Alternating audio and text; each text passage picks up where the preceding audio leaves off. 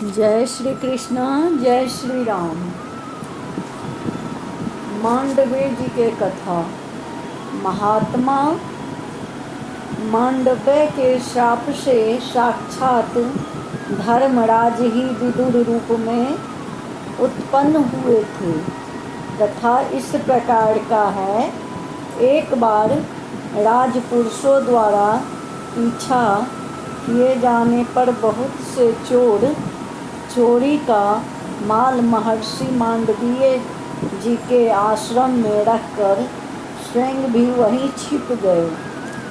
मुनि ध्यानस्थ थे, उन्हें इस बात की किंचित जानकारी नहीं थी। अतः राजपुरुषों के पूछने पर उन्होंने कुछ नहीं कहा।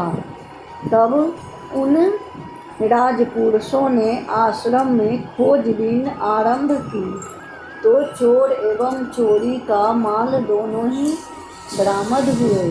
फिर तो उनका मुनि पर संदेह हो गया और चोरों के साथ उन्हें भी राजा ने सूली पर चढ़ा देने का हुक्म दे दिया।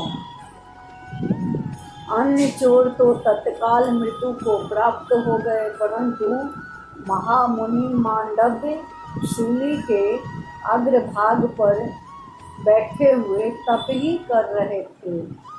बहुत दिनों तक इस प्रकार तपोधन मुनि को सूली पर बैठे देखकर राजकर्मचारियों ने जाकर राजा से कहा, यह सब समाचार निवेदन किया। राजा तत्काल ही दौड़े आए और विविध प्रकार से अनुनय विनय करके अपराध के लिए क्षमा याचना करते हुए मुनि को सूली से उतार दिया। सूली के किंचित अनी शरीर में प्रविष्ट हो गई थी, जो निकालने का प्रयत्न करने पर भी नहीं निकल सकी, तो उसे उतना ही आधा काट दिया गया। शूल की अनीकों को शरीर में धारण करने के से आगे चलकर इनका नाम अनी मांडव्य पड़ गया। एक बार महर्षि धर्मराज के पास जाकर उन्हें उलाहना देते हुए कहा, मैंने अनजान में कौन सा ऐसा पाप किया है जिसके फल का भोग मुझे इस रूप में प्राप्त हुआ है। धर्मराज ने कहा, आपने बाल्यावस्था में एक पतिंगे के पूछ भाग में सिंह प्रविष्ट करा दी थी, उसी का यह फल मिला है।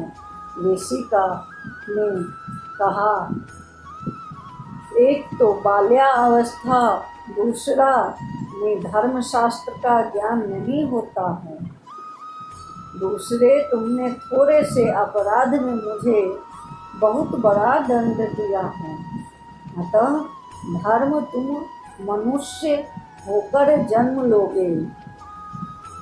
इसी कारण धर्मराज विदुर रूप में उत्पन्न हुए। बोलिए जय श्री कृष्ण, जय श्री राम।